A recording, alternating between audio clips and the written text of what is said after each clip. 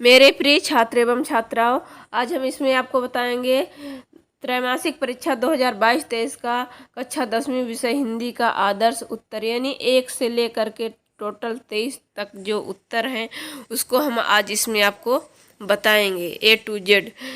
तो इसमें आप लोग इसको जो पेपर आप लोगों के पास सबके पास होगा ही, इसको सभी लोग मिला लीजिएगा। कौन सा किसका सही उत्तर है उसके अनुसार आपको पता चल जाएगा कि हमारा कितने नंबर का पेपर बना है। और इसको पढ़ भी लीजिएगा, क्योंकि इसका 25% 20% जो भी होता है अर्धवार्षिक में आएगा, वार्षिक में भी आएगा। तो इस प्रकार से तैयारी भी हो जाएगी।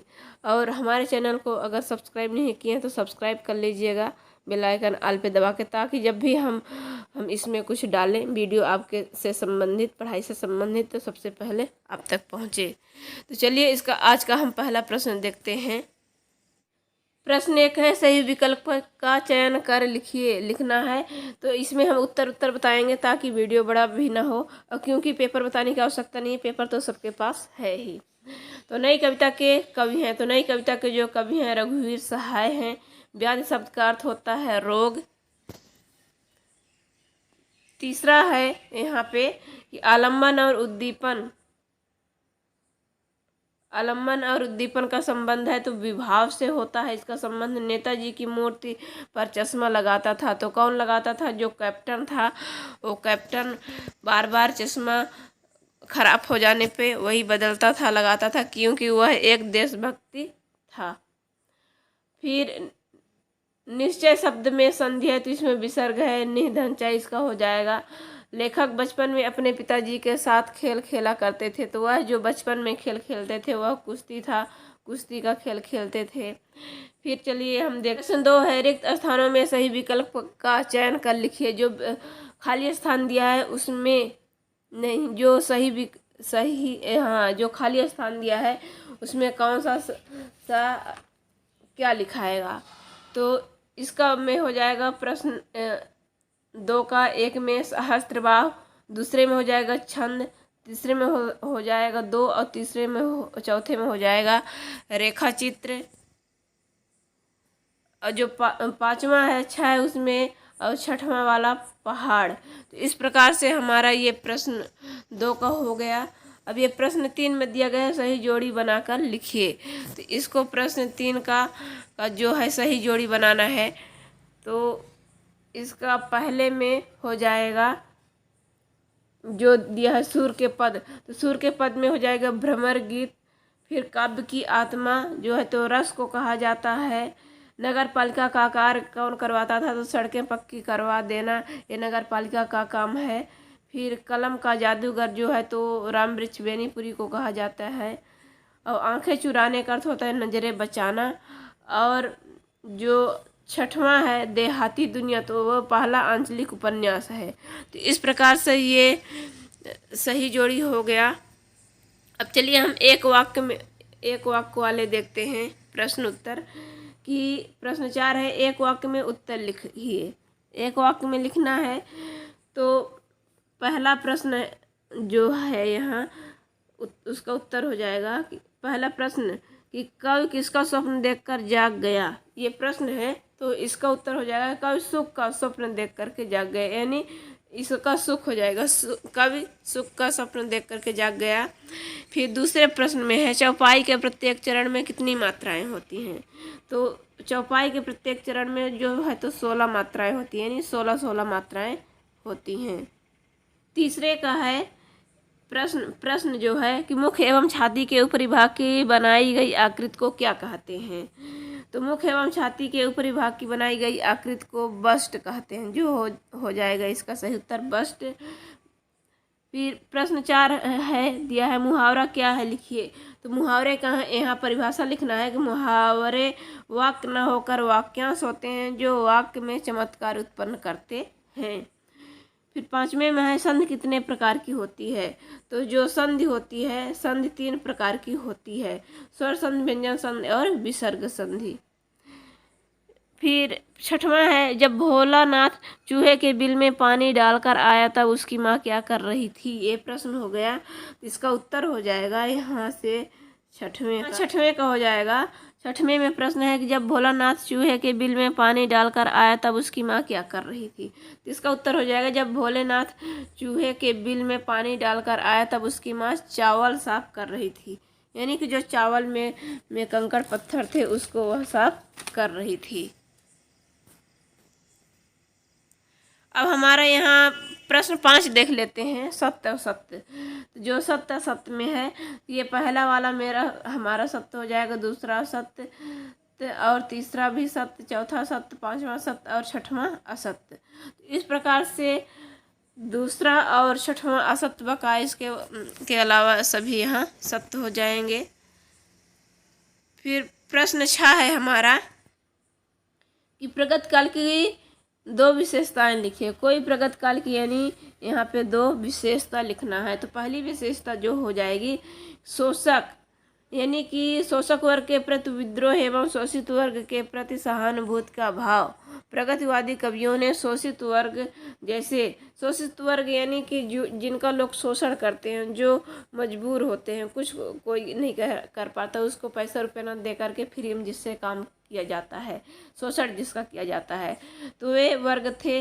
किसानों, मजदूरों आदि पर किए जाने वाले अत्याचारों के प्रति विरोध व्यक्त किया। तो जो प्रगतिवादी जो कवि लोग थे, तो वह जो गरीबों की, किसानों की, मजदूरों की सहायता कर रहे थे, जो उनके ऊपर अत्याचार हो रहा था उनको वह विरोध कर रहे थे।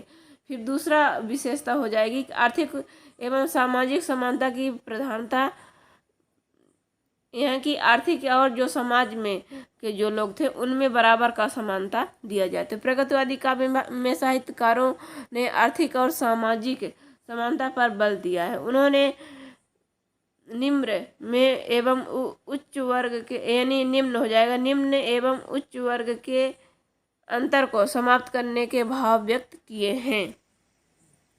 तो ये दो हो गई विशेषता प्रश्न 6 का। अब 6 का यहाँ अथवा देख लीजिए। अथवा में है प्रयोगवादी काल के कोई 2 कवियों के नाम एवं उनकी एक एक रचना लिखना है। तो इसमें इसका हो जाएगा प्रयोगवादी काल के 2 कवि एवं उनकी रचनाएं। तो बहुत से प्रयोगवादी कवि हैं, लगभग 7 हैं। उसमें जैसे अज्ञेय हैं, मुक्तिबोध हैं, भारत भूषण, प्रभाकर माचुए, गिरिजा कुमार माथुर, रामविलास शर्मा, नेमी चंद्र जैन। तो ये जो हैं प्रयोगवाद के टोटल 7 कवि हैं, लेकिन इनमें से हमें किसी 2 का ही लिखना है। तो जैसे कि अज्ञेय, इनका पूरा नाम सच्चिदानंद हीरानंद वात्स्यायन अज्ञेय, ये प्रयोगवादी कवि हैं। और इनकी रचनाएं 2, तो हरी घास पर क्षण भर इंद्रधनुष के रौंदे हुए, ये उनकी रचनाएं हो गई। फिर दूसरे में गजानन माधव मुक्तबोध, तो उनका हो जाएगा चांद का मुंह टेढ़ा है, भूरी भूरी खाक धूल, ये उनकी रचना हो गई। तो इस प्रकार से 6 भी मेरा कंप्लीट हो गया। अब चलिए हम प्रश्न 7वें की ओर देखते हैं। 7वें में है तुलसीदास अथवा जयशंकर प्रसाद की काव्यगत विशेषताएं निम्नलिखित बिंदुओं के आधार पर लिखिए। तो जो प्रश्न में दिया है कि 2 में से कोई एक ही लिखना है, लेकिन हम दोनों को बता रहे हैं। तो पहले हम तुलसीदास का देख लेते हैं। तुलसीदास की यहाँ 2 रचनाएं और कला पक्ष। तो 2 रचनाएं रामचरितमानस कवितावली हो जाएगा, दोहावली, गीतावली, बहुत सी इनकी रचनाएं हैं। फिर उनका कला पक्ष, तो कला पक्ष तुलसीदास का हो जाएगा, आपकी भाषा संस्कृत निष्ठ है, भाषा में अवधी एवं ब्रज भाषा के शब्दों के साथ साथ कहीं कहीं अरबी, फारसी, बंगाली, पंजाबी भाषा के शब्दों का प्रयोग भी मिलता है। मुख्य रूप से इनकी रचनाओं में अवधी का प्रयोग हुआ है।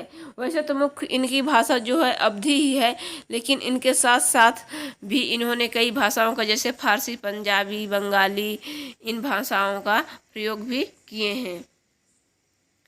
अब यहाँ 7वें का अथवे में दिया है जयशंकर प्रसाद की, उनकी कोई 2 रचना लिखना है। जैसे कामायनी और पंचवटी रचना हो गई। तो कामायनी जो है ये महाकाव्य उनकी रचना है, और पंचवटी खंड काव्य की उनकी रचना है। तो उनका कला पक्ष हम देख लेते हैं। तो कला पक्ष में यानी कि क्या क्या उन्होंने किस किस चीज़ की रचनाएं की हैं, किस किस का क्या उनका कला। जयशंकर प्रसाद जी के काव्य की भाषा व्याकरण सम्मत, परिष्कृत एवं परिमार्जित खड़ी बोली है। उनकी भाषा में सहज प्रवाह एवं काव्य सौंदर्य है। उन्होंने रूपक, उपमा, उत्प्रेक्षा, संदेह, विरोधाभास आदि अलंकारों के साथ ही प्रकृति के सफल प्रयोग उन्होंने किए हैं। तो ये हमारा हो गया 7वें का अथवा। अब चलिए हम प्रश्न देखते हैं 8वां। तो 8वें में हो जाएगा उद्धव के व्यवहार की तुलना किससे की गई है। तो किससे की गई है? उद्धव के व्यवहार की तुलना निम्नलिखित बिंदुओं से की गई है। इस प्रकार लिख करके फिर नंबर 1 डालेंगे कि कमल के पत्तों से, जो जल में रहकर भी उससे प्रभावित नहीं होते हैं। फिर 2 में है जल में पड़ी तेल की बूंद से, जो जल में घुलती मिलती नहीं। उद्धव भी इनके समान है, वे कृष्ण के संग रहकर भी उनके प्रेम से प्रभावित नहीं हो सके। तो इस प्रकार से जिस प्रकार से यानी कि जल में जो बूंद होती है तेल की, वो भी मिक्स नहीं होती और उनके प्रभाव में कृष्ण रहते हुए भी उनका असर नहीं पड़ा है। तो इस प्रकार से ये हो गया। अब चलिए हम इसका अथवा देख लेते हैं। अथवे में क्या है कि परशुराम के क्रोध करने पर लक्ष्मण ने धनुष के टूट जाने के लिए कौन से तर्क दिए। पाठ के अनुसार कोई 2 तर्क लिखना है। तो पहला जो तर्क हो जाएगा कि बचपन में उसमें जो धनुष टूट जाता है तो जो परशुराम होते हैं, क्रोध करते हैं, तो उसमें लक्ष्मण जी क्या क्या तर्क देते हैं। यानी तर्क देते हैं कि बचपन में हमसे कितने ही धनुष तोड़े परंतु आपने उन पर कभी क्रोध नहीं किया। इस विशेष धनुष पर आपकी क्या ममता है। यानी कि मैंने ऐसी जब आपने ऐसा भी क्रोध कर रहे हैं, इसके जैसा तो मैंने कई हजारों धनुष बचपन में खेल खेल में ही तोड़ दिया, लेकिन आपने कभी भी इसमें नहीं गुस्सा किया। लेकिन इसमें क्या खासियत है कि आपने इतना गुस्सा कर रहे हैं। फिर दूसरा है कि हमारी नज़र में तो सब धनुष एक समान होते हैं, फिर इस धनुष पर इतना हो हल्ला क्यों। यानी कि हमारी नज़र में तो चाहे कोई भी धनुष हो सब एक जैसे होता है, लेकिन इसमें आप इतना हल्ला क्यों कर रहे हैं। तो फिर यहाँ 9वां प्रश्न है कि स्मृति को पाथेय बनाने से कवि जयशंकर प्रसाद का क्या आशय है, लिखिए। तो उत्तर हो जाएगा कवि की प्रेयसी उससे दूर हो गई है। जो प्रेमिका है कवि की, यानी स्मृति यानी होता है याद को अपना राह बनाने की बात कही गई है। तो जो कवि की प्रेयसी प्रेमिका होती है कवि से दूर हो गई है। कवि के मन मस्तिष्क पर केवल उसकी स्मृति ही है। इन्हीं स्मृतियों को कवि अपने जीने का सबल अर्थात सहारा बनाना चाहता है। अतः स्मृति को पाथेय बनाने से कवि का आशय स्मृति के सहारे से है। यानी स्मृति को पाथेय यानी रास्ता बनाने का मतलब है कि हम किसी के अपने प्रेमिका की याद में हम जी सकते हैं, अपनी पूरी ज़िंदगी बिता सकते हैं, उसके सहारे हम अपनी ज़िंदगी काट लेंगे। फिर 9 का अथवा हो जाएगा गोपियों के अनुसार राजा का धर्म क्या होना चाहिए, लिखना है। तो गोपियों के अनुसार राजा का धर्म यह होना चाहिए कि वह प्रजा को अन्याय से बचाए, उन्हें सताए जाने से रोके। जो भी यानी कि अन्याय हो रहा है प्रजा के ऊपर, उसको वह अन्याय ना होने दे, उसको बचाए। तो इस प्रकार से ये 9वें का हो गया। इससे पहले आपसे मेरी एक छोटी सी रिक्वेस्ट है कि अगर अभी तक मेरे चैनल को आप सब्सक्राइब नहीं किए तो लाल बटन दबा के सब्सक्राइब कीजिए और बेल आइकन ऑल पे प्रेस कीजिए, ताकि मैं जब भी वीडियो डालूं तो सबसे पहले आप तक पहुंचे। और जो भी मैं वीडियो डालती हूं तो उसका सही सटीक आंसर देती हूं, वीडियो सही रहता है 100% तभी मैं बनाती हूँ। ऐसा नहीं बहुत से मैं चैनल यूट्यूब पर देखती हूँ कि उसमें डाल दिया जाता है कि 2022-23 का पेपर, अब जब खोलें तो उसमें 2021-22 का निकलेगा और कुछ दूसरा ही पेपर निकलेगा जो कि कभी मैच खाता ही नहीं है। और जो मैं ये पेपर डाल रही हूँ तो भले मैं पेपर के 2-3 दिन बाद से डाल रही हूँ, क्योंकि पेपर मुझे पहले मिलता नहीं, पेपर होने के बाद ही मुझे पेपर मिलता है। और तब तक वीडियो बनाते तक में 2-3 दिन का टाइम भी लग जाता है। तो इसलिए भले 2-3 दिन से मैं वीडियो लेट से डालती हूँ, लेकिन जो भी डालती हूँ 100% परफेक्ट और सही डालती हूँ, उसका परीक्षण करके डालती हूँ।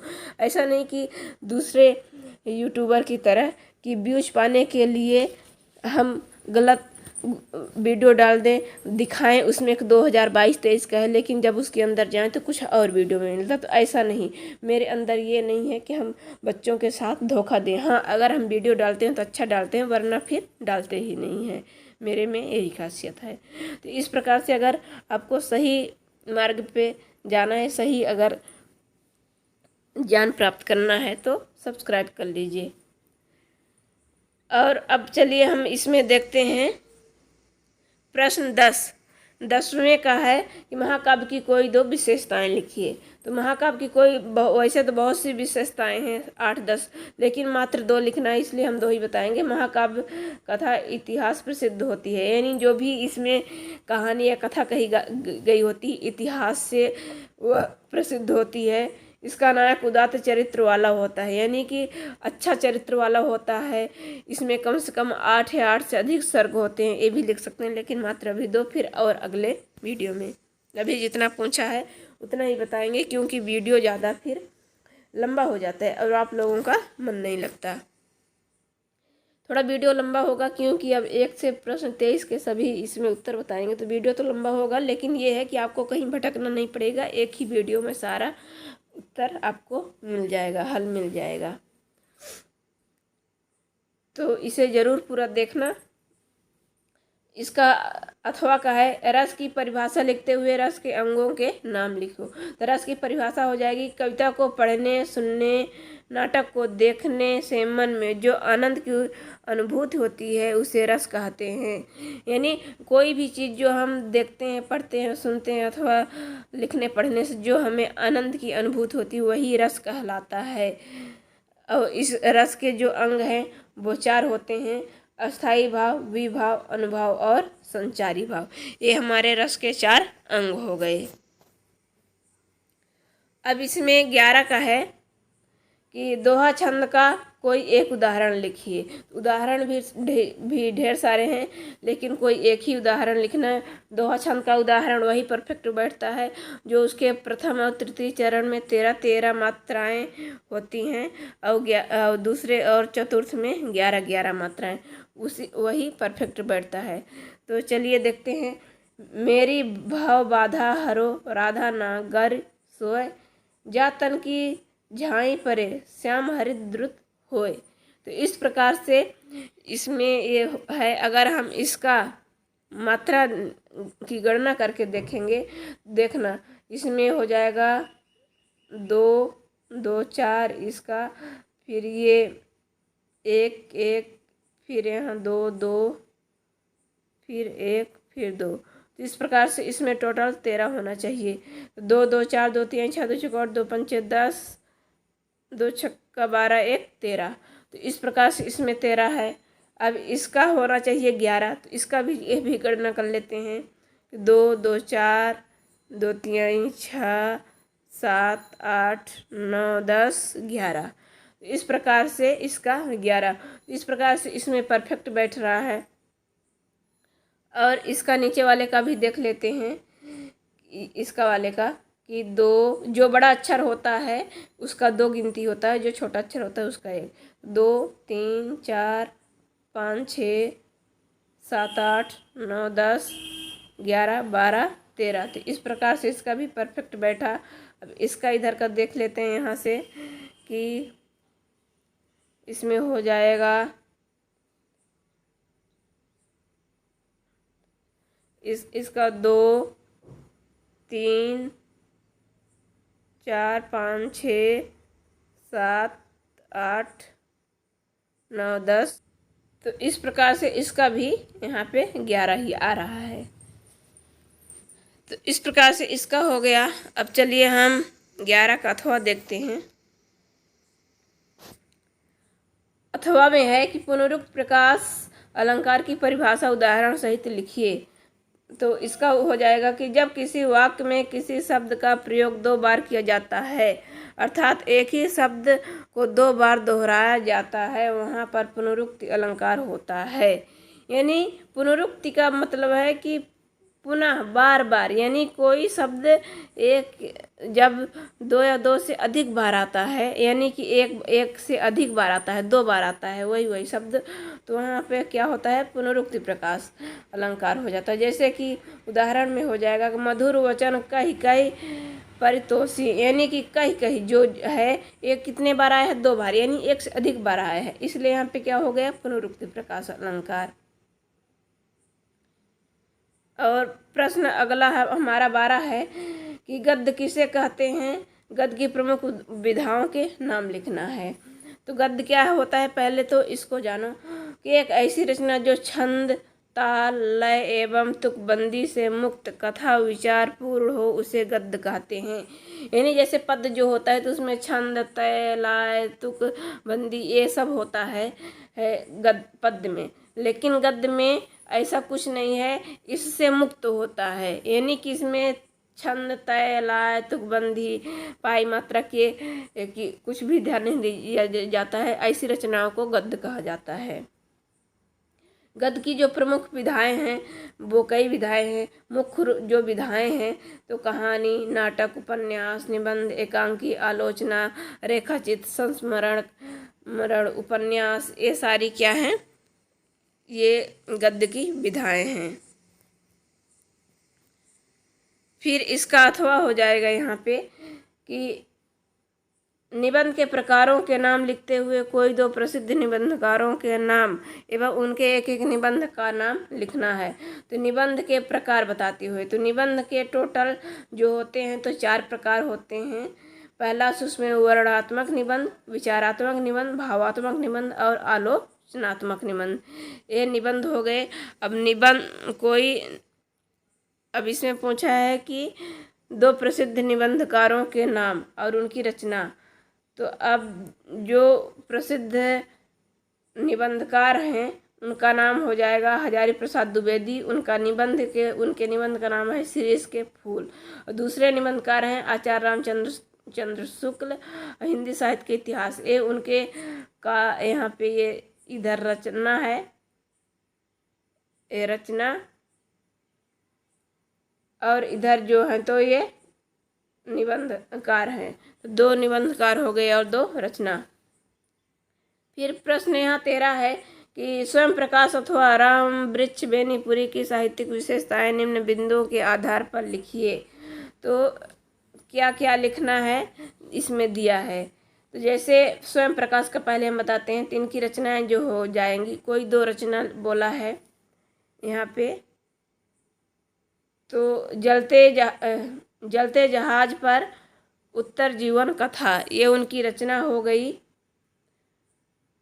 अब इसके बाद यहाँ पे भाषा शैली लिखना है, भाषा शैली उनकी कैसी है, क्या है। तो स्वयं प्रकाश जी की भाषा शैली सुमधुर है। उनकी भाषा में हिंदी, उर्दू, तत्सम एवं देसी शब्दों का मिला जुला रूप देखने को मिलता है। मुहावरे एवं लोकोक्तियों का सुंदर प्रयोग इनकी रचनाओं में यत्र तत्र देखने को मिलता है। तो इस प्रकार से उनकी जो भाषा है वो बीच बीच में हिंदी, उर्दू, तत्सम जैसे शब्दों का प्रयोग करते हैं।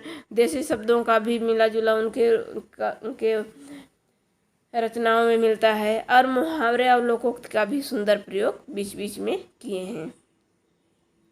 अब राम वृक्ष बेनीपुरी की रचनाएं, पहले 2 कोई रचना तो माटी की मूर्तें और लाल तारा, ये उनकी 2 रचना हो गई। अब उनकी भाषा शैली कैसी, यानी को कैसी भाषा का प्रयोग करते हैं, कैसी भाषाओं को बोलते हैं, भाषाओं में मिठास है या नहीं है, ये सब भाषा शैली में लिखा जाता है। जैसे नहीं कहते कि पहले यानी अपनी भाषा शैली सुधार लो, बोलने की तमीज़ नहीं है, यानी जो तुम लोग कहते हो स्कूल में वही साहित्य की भाषा में उसी को भाषा शैली कहा जाता है।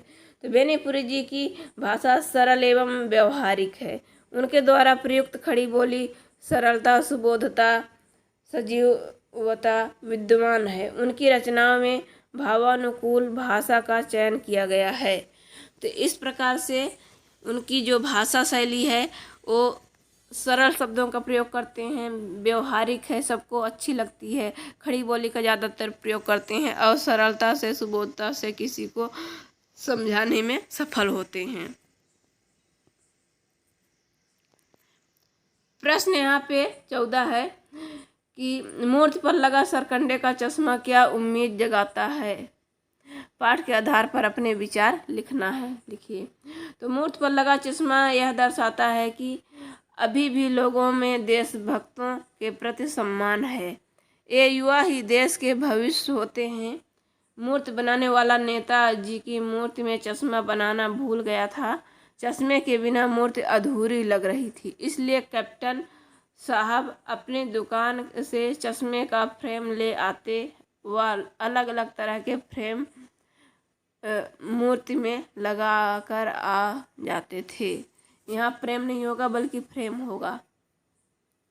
तो क्योंकि जो नेताजी का जो चश्मा है मूर्ति थी उसमें चश्मा लगाने के लिए भूल गए थे। तो जो देशभक्त होते हैं, जो देश से भक्ति करते हैं, सच्चा देश को अपना मानते हैं, वह देश को सम्मान करने वाले लोगों को उनको भी सम्मान की नज़र से देखते हैं, इसलिए उन्होंने वहाँ पे भी मूर्ति पर चश्मा लगा देते हैं।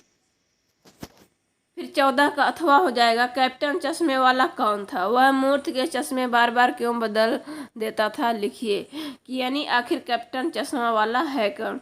तो कैप्टन कौन था?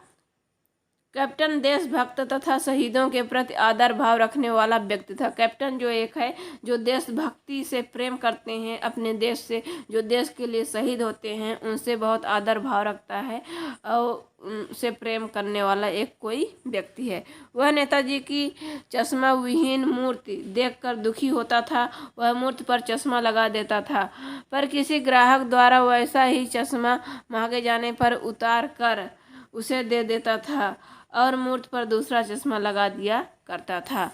क्योंकि वह चश्मे का दुकान भी रखा था, इसलिए अगर किसी व्यक्ति को वही चश्मा पसंद आ जाता था तो वह मूर्ति से चश्मा निकाल के दे देता था और उस पर दूसरा चश्मा लगा दिया देता था, इसलिए मूर्ति का बार बार चश्मा भी बदला जाता था। अब प्रश्न 15 है कि बाल गोविंद भगत के व्यक्तित्व और उनकी वेशभूषा का वर्णन अपने शब्दों में चित्र प्रस्तुत कर लिखिए।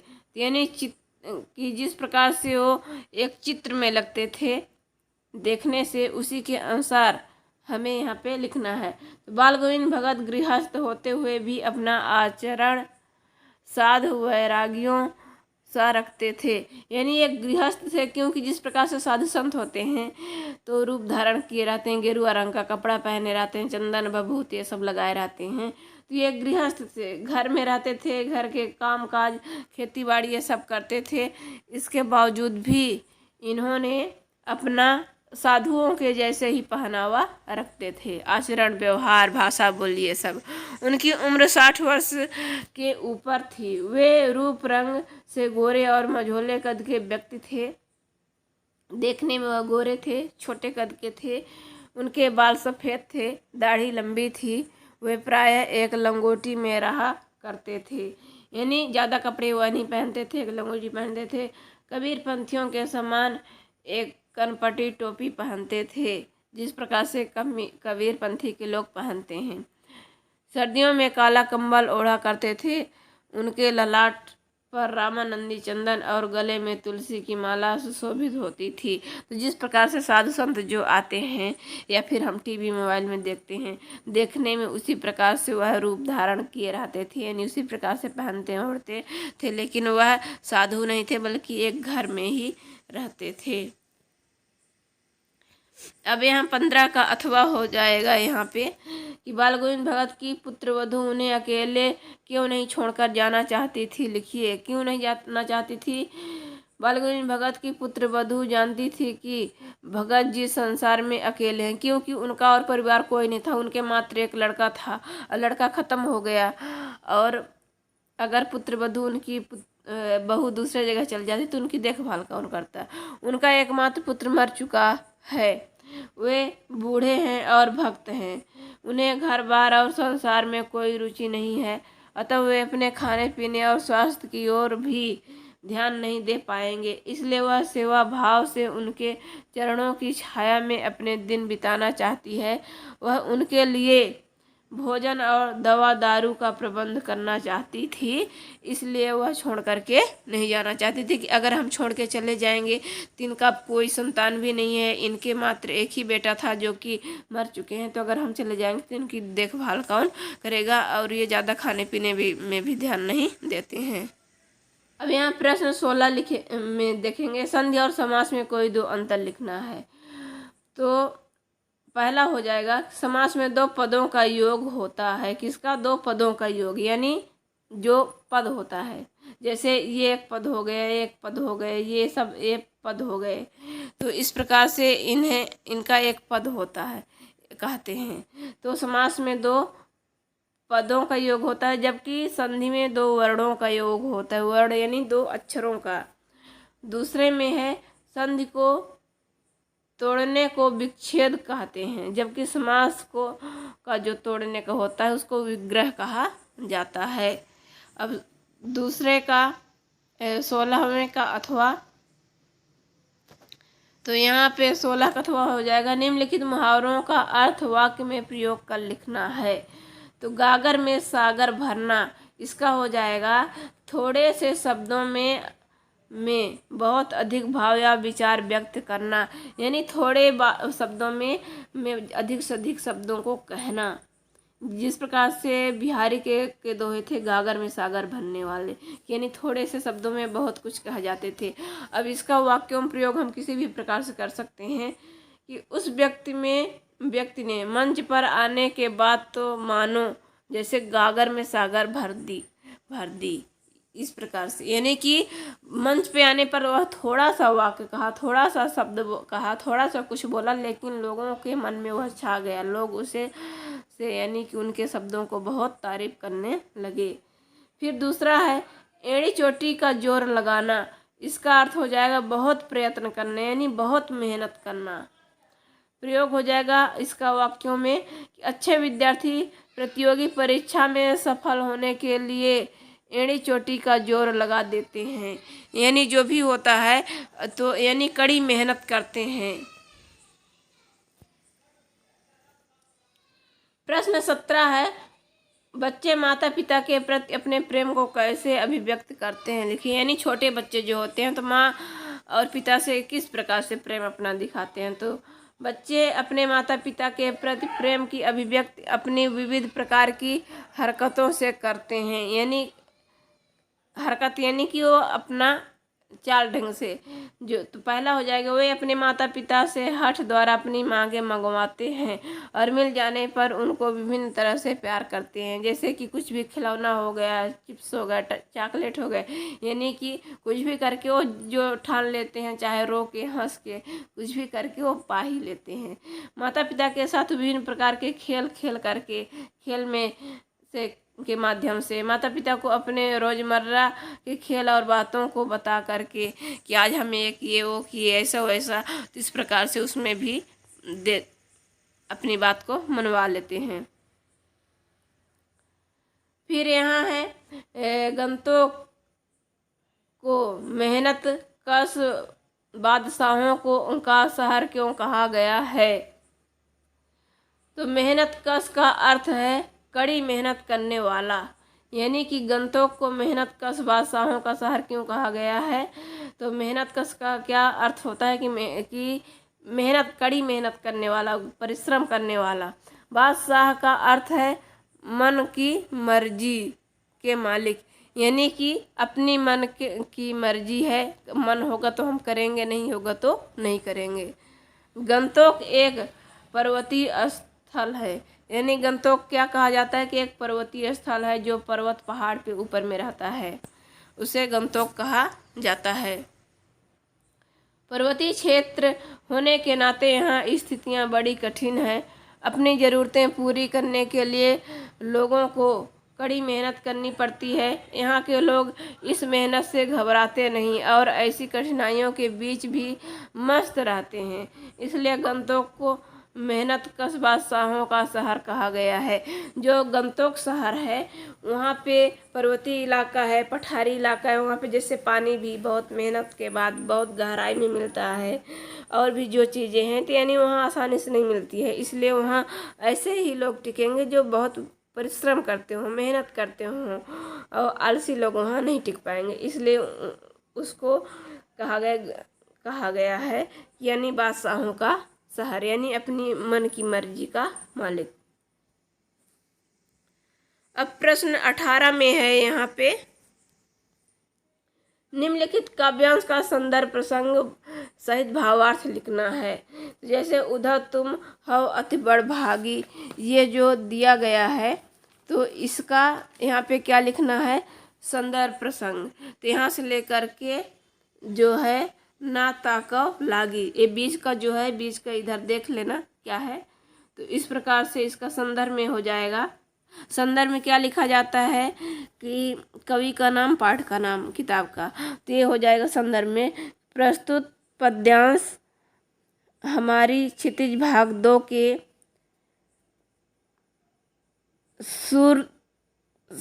सूरदास पाठ के भ्रमर गीत से लिया गया है, जिसके कवि सूरदास जी हैं। फिर यहाँ पे प्रसंग में हो जाएगा कि प्रसंग में यानी इसमें इस पाठ में क्या कहा गया है, इस पद्यांश में क्या कहा गया है उससे संबंधित कि गोपियाँ सगुण प्रेम पंथ के प्रति अपनी निष्ठा प्रकट कर रही हैं और मानती हैं कि वे किसी भी प्रकार स्वयं को श्री कृष्ण के प्रेम से दूर नहीं कर सकती। यानी जो यहाँ पे गोपियाँ हैं वह श्री कृष्ण से बहुत ज़्यादा प्रेम करती हैं। वह कुछ भी किसी भी प्रकार से चाह लें, लेकिन वह श्री कृष्ण को अपने से दूर नहीं कर पा रही हैं। फिर भावार्थ यानी व्याख्या में हो जाएगा कि गोपियाँ उद्धव से कहती हैं कि तुम बड़े ही भाग्यशाली हो, क्योंकि तुम प्रेम के बंधन से दूर हो, तुम प्रेम के बंधन से मुक्त हो। जैसे कमल के फूल की पत्तियां जल में रहकर भी जल से ऊपर ही रहती हैं, जल में गलती मिलती नहीं है, उस पर जल की एक बूंद भी नहीं ठहरती है, जल का कोई दाग उस पर नहीं लगता है। तुम तो ऐसे ही हो जैसे तेल की मटकी को पानी में डुबो देने पर भी एक बूंद भी उसके ऊपर नहीं ठहरती है। तो इस प्रकार से यहाँ गोपियाँ जो हैं तो उद्धव को यहाँ पे व्यंग कर रही हैं कि जिस प्रकार से जो फूल जो कमल का पत्ता होता है पानी में रहता है लेकिन फिर भी नहीं सड़ता गलता, उसका कोई असर नहीं पड़ता है। और तेल की जो मटकी होती है अगर उसको पानी में डुबो दिया जाए तो उसमें भी कहीं पानी नहीं ठहरता है, नहीं लगने पाता है। इसी प्रकार से है कि तुम श्री कृष्ण के साथ में रह रहे हो फिर भी उनका असर तुम्हारे ऊपर नहीं पड़ा है, और हम हैं कि हम प्रेम विरह में वियोग में मरे जा रहे हैं। अब इसमें विशेष में हो जाएगा भाषा, यहाँ पे ब्रज भाषा का प्रयोग किया गया है। दूसरे में विशेष में है कि अलंकार में यहाँ अनुप्रास पुरैन पात में जो है तो अनुप्रास अलंकार है, उत्प्रेक्षा भी है, ज्यों जलमास में उत्प्रेक्षा अलंकार, पद में भ्रमर गीत से लिया गया है, ये भ्रमर गीत के पद से लिया गया है। अब इसका अथवा वाला हो जाएगा कि नाथ शंभुधनु भंजनिहारा से लेकर के मुन को ही तक, तो यहाँ तक हो जाएगा। अब यहाँ तक में इसका संदर्भ हो जाएगा। प्रस्तुत पद हमारी पाठ पुस्तक क्षितिज भाग 2 में संकलित राम लक्ष्मण परशुराम संवाद से लिया गया है। इसके कवि गोस्वामी तुलसीदास जी हैं। फिर प्रसंग में हो जाएगा, यह पद्यखंड गोस्वामी तुलसीदास जी द्वारा रचित महाकाव्य रामचरितमानस के बाल कांड से ग्रहण किया गया है। यानी ये कहाँ से लिया गया है? इसके रचयिता तो तुलसीदास हैं, लेकिन रामचरितमानस का जो बालकांड है वहाँ से लिया गया है। गुरु विश्वामित्र के साथ राम और लक्ष्मण राजा जनक की सभा में सीता स्वयंवर के अवसर पर गए थे। राम ने वहां शिव जी के धनुष को तोड़ दिया था। परशुराम ने क्रोध में भरकर इसका विरोध किया था। तब राम ने उन्हें शांत करने का प्रयत्न किया था। यानी जब वो स्वयंवर में गए थे सीता जी के, तो वहाँ पे जो राम जी हैं तो वो धनुष तोड़ दिए थे, तो परशुराम बहुत क्रोध कर रहे थे। उसी के यहाँ पे बताया गया है। तो व्याख्या में हो जाएगा भावार्थ में, श्री राम ने परशुराम को संबोधित करते हुए कहा कि हे नाथ, भगवान शिव के धनुष को तोड़ने वाला आपका कोई एक दास ही होगा। क्या आज्ञा है? आप मुझसे क्यों नहीं कहते? यह सुनकर क्रोधी मुनि गुस्से में भर कर बोले। तो इस प्रकार से जब वो पहुँचते हैं तो राम क्या कहते हैं कि जो आपका ये जो कोई धनुष तोड़ा है शिव का, तो कोई आपका दास होगा जो कि आपके धनुष को ये तोड़ पाए, तो इसमें आप गुस्सा ना करें। इसमें विशेष में है कि अवधि भाषा का प्रयोग किया गया है।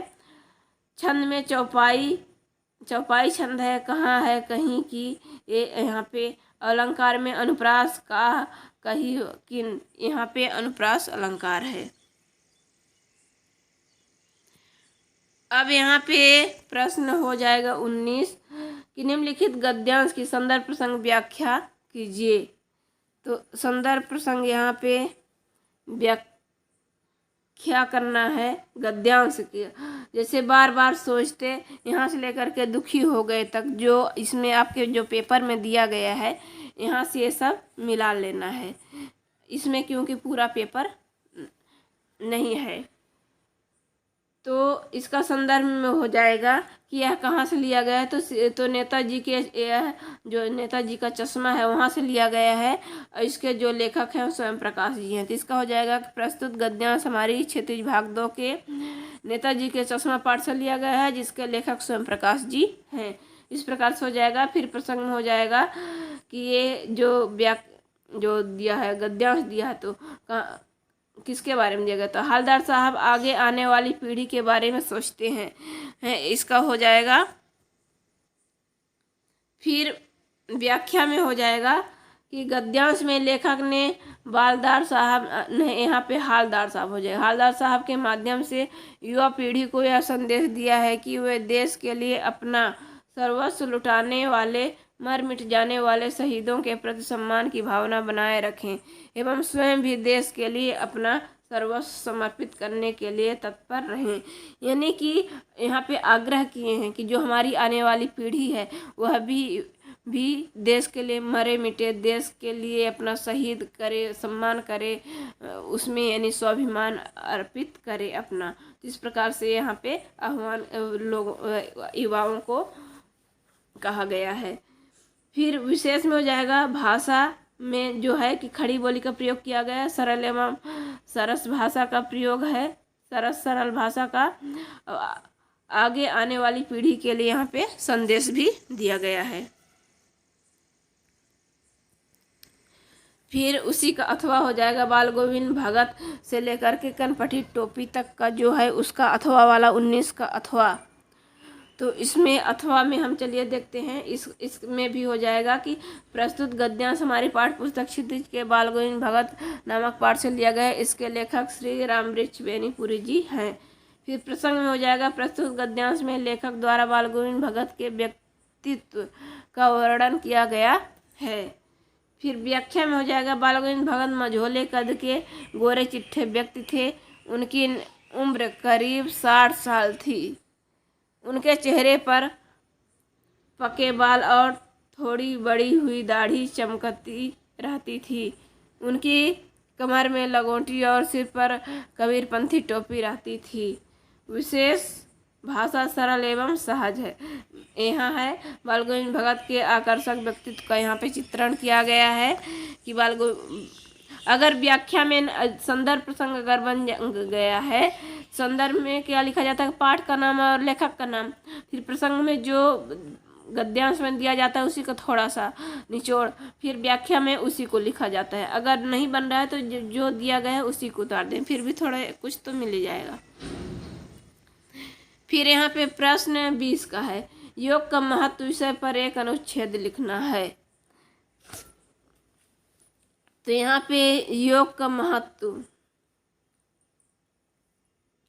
तो योग क्या है, तो योग अभ्यास का एक प्राचीन रूप जो भारतीय समाज में हजारों साल पहले विकसित हुआ था और उसके बाद से लगातार इसका अभ्यास किया जा रहा है। इसमें किसी व्यक्ति को सेहतमंद रहने के लिए और विभिन्न प्रकार के रोगों और क्षमताओं से छुटकारा पाने के लिए विभिन्न प्रकार के व्यायाम शामिल है। तो योग यानी योग साधना जो होता है, तो पहले लोग किस प्रकार से सेहतमंद रहते थे बिना किसी गोली दवा के। अब आज काल इतना दवा गोली हो गए फिर भी लोग यानी कि सेहत नहीं बना पा रहे हैं। पहले के लोग व्यायाम करते थे, अभ्यास करते थे, इसीलिए अच्छे रहते थे। यह ध्यान लगाने के लिए एक मजबूत विधि के रूप में भी माना जाता है जो मन और शरीर को आराम देने में मदद करता है। दुनिया भर में योग का अभ्यास किया जा रहा है। विश्व के लगभग 2 अरब लोग एक सर्वेक्षण के मुताबिक योग का अभ्यास करते हैं। तो इस प्रकार से योग साधना जो होती है इसको 2 अरब लोग कर रहे हैं और दिनों दिन इसकी संख्या बढ़ती जा रही है। तो योग साधना के अंतर्गत कई प्रकार के आते हैं, जैसे सूर्य नमस्कार, प्राणायाम, पीटी परेड, खेल कूद जितने हैं ये सब योग के ही अंतर्गत आता है। अब 20 का यहाँ अथवा हम चलिए देख लेते हैं कि एक आदर्श विज्ञापन की कोई 3 विशेषताएं लिखिए, यानी क्या क्या उसकी विशेषता होनी चाहिए। तो जो पहली विशेषता है, विज्ञापन जनता के सामने सार्वजनिक रूप से संदेश प्रस्तुत करने का साधन है। यानी किसी भी प्रकार का जो जानकारी बताने का सबसे अच्छा माध्यम होता है कि विज्ञापन प्रकाशित करवा दें। लोग उसको पढ़ करके देख करके ऑलरेडी जान जाएंगे, किसी को बार बार बताना नहीं पड़ेगा। विज्ञापन एक व्यापक संदेश पहुंचाने का व्यापक माध्यम है जिसके द्वारा संदेश को बार बार दोहराया जाता है। यानी बार बार उसी चीज़ को ना बता करके उसको प्रचार प्रसार कर देंगे तो लोग देख करके जान जाएंगे। विज्ञापन द्वारा एक ही संदेश को विभिन्न प्रकार के रंगों, चित्रों, शब्दों, वाक्यों तथा लाइट से सुसज्जित कर संदेश जनता तक पहुंचाए जाते हैं जो ग्राहक को स्पष्ट एवं विस्तृत जानकारी देते हैं। तो इस प्रकार से उसको चित्र के माध्यम से रंग बिरंगा कर देने से लोग उसमें आकर्षित होते हैं, देखने लगते हैं और उसका प्रचार प्रसार हो जाता है। प्रश्न क्रमांक यहाँ 23 है, निम्नलिखित अपठित काव्यांश अथवा गद्यांश को पढ़कर पूछे गए प्रश्नों के उत्तर लिखिए। तो जो इसका है यहाँ पे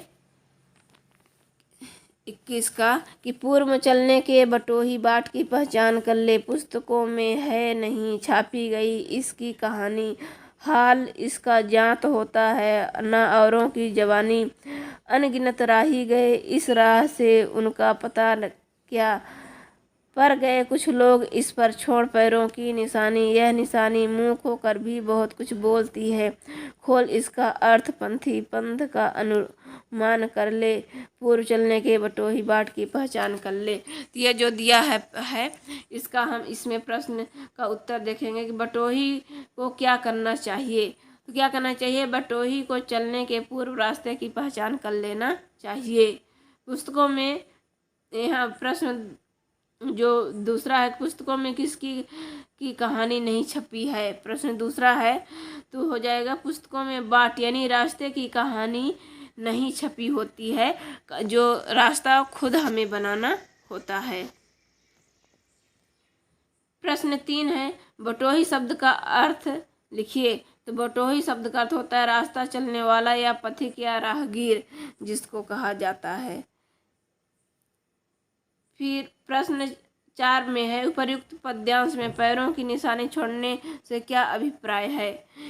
तो प्रश्न 4 का हो जाएगा यहाँ पे कि उपर्युक्त पद्यांश में पैरों की निशानी छोड़ने का अभिप्राय है, कुछ राही अपने मार्ग पर अपनी निशानी छोड़ जाते हैं और यह निशानी मूक होकर भी बहुत कुछ बोलती है। यानी कि ऐसे कुछ व्यक्ति होते हैं हमारे जैसे कि वीर शहीद होते हैं कि वह शहीद हो जाते हैं, उन्हें वो मर जाते हैं, लेकिन उनको ज़िंदगी भर आने वाली पीढ़ी भी जानती है।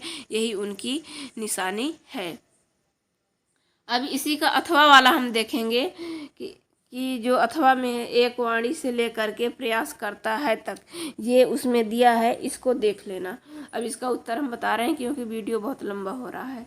तो मृदुभाषी शब्द का विलोम शब्द लिखिए। तो मृदुभाषी का हो जाएगा कटुभाषी। मीठी वाणी के क्या क्या लाभ हैं? तो मीठी वाणी के बहुत से लाभ हैं। जैसे मीठी वाणी से सभी कार्य सिद्ध हो जाते हैं। मधुर बोलने वाले का समाज में बहुत आदर होता है। मधुर भाषी के मुख से निकला एक एक शब्द सुनने वाले के मन को लुभाता है। तो इस प्रकार से उसके अर्थ हो गए। फिर यहाँ तीसरा है मृदुभाषी समाज में क्या करता है?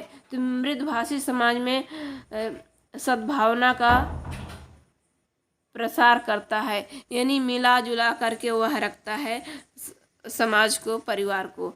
उपर्युक्त गद्यांश का उपर्युक्त शीर्षक लिखिए। तो इसका जो है मृदुभाषी का महत्व, यानी मृदुभाषी का लोग, या फिर मधुर वाणी, मीठी वाणी, मधुर भाषी, ये इसका महत्व के बारे में यहाँ पे बताया गया है। अब प्रश्न क्रमांक यहाँ पे 22 है। आप कक्षा 10वीं के छात्र छात्रा हैं। अपने प्राचार्य को वर्ग परिवर्तन हेतु एक आवेदन पत्र लिखना है। तो एक आवेदन पत्र यहाँ पे लिखना है। तो जैसे यहाँ पे तो सभी लोग लिखेंगे सेवा में श्रीमान प्राचार्य महोदय। फिर यहाँ शासकीय की, फिर अपने अपने यहाँ सभी का विद्यालय के नाम लिखेंगे। जैसे शासकीय हाई स्कूल बड़ोखर, फिर जिसका जो स्कूल होगा वहाँ के वो बच्चे स्कूल डालेंगे। फिर जिला, जिसका जो जिला होगा डालेंगे, जिला सिंगरौली, जिला रीवा, जो भी डालना है। फिर विषय में हो जाएगा वर्ग परिवर्तन है तो आवेदन पत्र, यानी कि किस लिए लिखा जा रहा है? तो वर्ग परिवर्तन के लिए, तो वर्ग परिवर्तन लिखा जाएगा। फिर यहाँ मान्यवर निवेदन है कि मैं आपके विद्यालय का कक्षा 10वीं वर्ग आ का छात्र, या फिर लड़के जो होंगे छात्र लिखेंगे, लड़कियां छात्रा लिखेंगे, छात्रा हूँ। जिस वर्ग में मेरा नाम लिखा है वहाँ छात्र संख्या अधिक है, जिससे मुझे बैठने में असुविधा होती है। तो इस प्रकार से लिख देंगे कि असुविधा होती है, या फिर शोर होने के कारण मुझे सुनाई नहीं देता। फिर अतः श्रीमान जी से निवेदन है कि मेरा कक्षा 10 के वर्ग बा में लिखने हेतु तो आदेश देने का कष्ट करें। तो यहाँ पे दिनांक लिख देंगे, किस दिनांक को लिख रहे हैं प्रिंसिपल के लिए। फिर यहाँ आपका आज्ञाकारी शिष्य, शिष्या का नाम, लड़के जो है शिष्य लिखेंगे। फिर इधर अपना नाम, कक्षा, रोल नंबर, यहाँ पे शिष्या लड़कियाँ लिखेंगे अपना नाम, कक्षा, रोल नंबर, ये सब। फिर उसी का यहाँ पे अथवा है कि मोबाइल गेम के दुष्प्रभाव को समझाते हुए अपने छोटे भाई को पत्र लिखना है कि मोबाइल में इसमें क्या क्या दुष्प्रभाव हो रहा है। तो यहाँ पे जैसे अपना पता हो जाएगा, जहाँ जो रहता है जिसका परिवार, वहाँ का यहाँ पे पता हो जाएगा, दिनांक किस दिनांक को लिख रहे हो। फिर यहाँ पे प्री, जैसे कि अपने छोटे भाई को लिख रहे हो तो भाई का क्या नाम है, भाई का नाम हो जाएगा।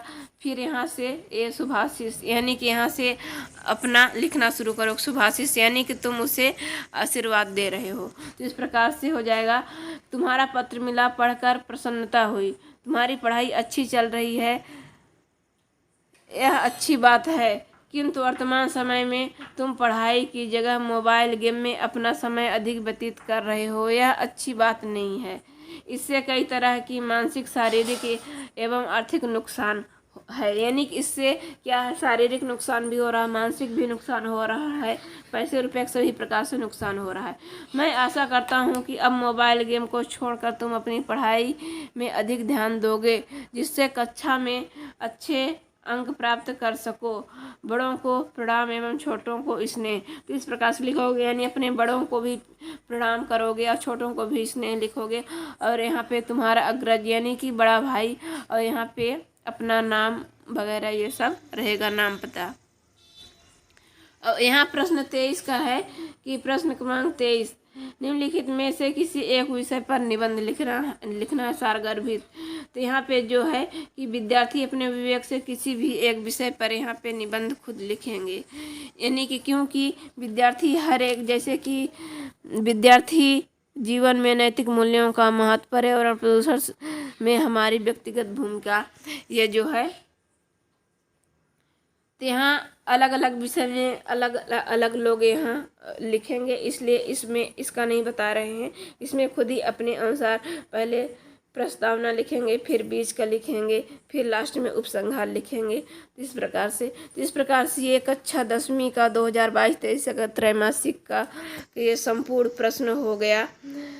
प्रश्न 1 से लेकर के प्रश्न 23 तक इसमें सभी का उत्तर है। तो हम आशा करते हैं कि आपको ये वीडियो पसंद आएगा और इसको आप लोग लाइक करिए, शेयर करिए, चैनल को सब्सक्राइब करिए और ऐसा ही वीडियो पाने के लिए कमेंट करिए और आपको किस टॉपिक पे हम वीडियो बनाएं। तो मुझे आशा है कि आपको ये ज़रूर पसंद आएगा और आपको अच्छा लगा या नहीं आप कमेंट के रूप में इसे ज़रूर बताएं। धन्यवाद।